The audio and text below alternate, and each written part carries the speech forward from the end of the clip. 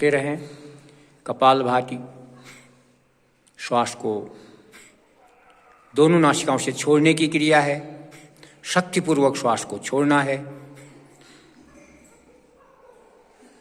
उदर क्षेत्र को अंदर की ओर झटका लगेगा, अर्थात नाभि रीढ़मूल से बार बार लगती जाएगी, जिससे हमारे मणिपुर चक्र पर एक सुंदर प्रभाव पड़ेगा।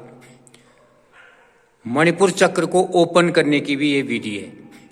मणिपुर चक्र खुल जाएगा तो पूरा शरीर स्वस्थ हो जाएगा। इसलिए ध्यानपूर्वक करें कपालभाति को। यहाँ पर हम 10 मिनट पूरा करते हैं। घर में आप शाम के टाइम 10 से 15 मिनट खूब करें। जिनको व्याधियाँ हैं, जो रोगग्रस्त हैं, वो कम से कम आधा आधा घंटा प्राणायाम करते रहें।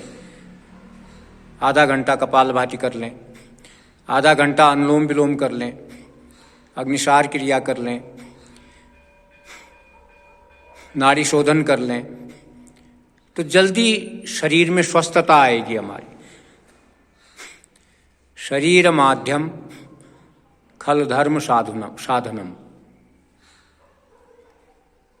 शरीर माध्यम खल धर्म साधनम। इसलिए इस शरीर को स्वस्थ रखना है, तब आप संसार के कर्म कर पाएंगे।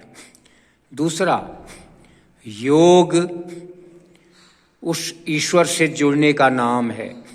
योग चित्त के व्यापार को रोकने का नाम है। तो योग उस ईश्वर से जोड़ता है हमको। योग हमको एक दूसरे से जोड़ता है। अब आप योग में आते हैं यहाँ पर कक्षा में, तो नए नए लोग मिल जाते हैं और इस तरह से योग में जोड़ते रहते हैं आप लोगों को, तो योग का लाभ मिलता है कि हम लोगों से भी जुड़ें, आगे जोड़ते रहें लोगों को, और लोगों को पुण्य कर्मों की ओर अग्रसर कराने का हम प्रयास भी करें। स्वयं करें, दूसरों से भी कराएं। रोग तो ठीक हो ही जाएगा, लेकिन उससे ऊपर उठना है। जो हमारी 3 ताप है ना, आध्यात्मिक, आदि भौतिक, आदि दैविक, ये तीनों दुखों से हमको पार पाना है।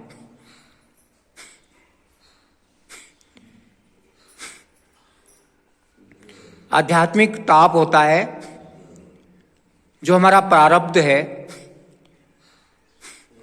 उससे जो ताप मिलता है हमको, उससे कष्ट मिलता है, उसके कारण जो दुख हमारे अंदर आते हैं। आदि भौतिक होता है ये जो शरीर का कष्ट होता है, भौतिक चीजों से कष्ट होता है हमको,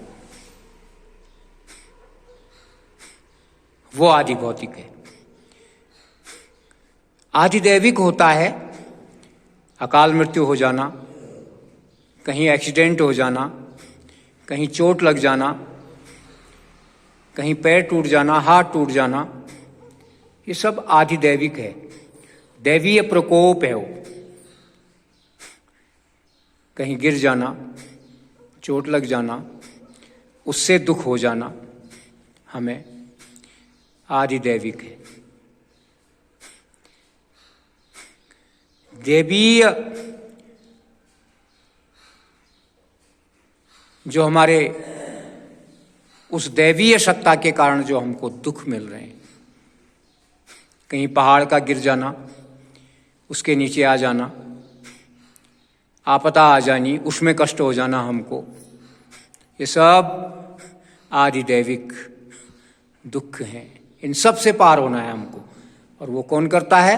अष्टांग योग। योग के द्वारा आपका ध्यान भी लगेगा, आपकी धारणा भी बनेगी, आपका ईश्वर प्रणिधान भी होगा, आप निरंतर एकाग्रता पूर्वक योग भी करेंगे।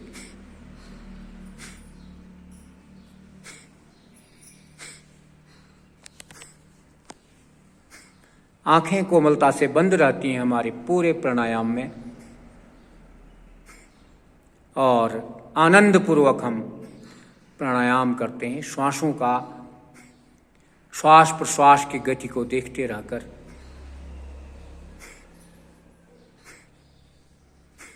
कपाल भाति को इस तरह करते रहें।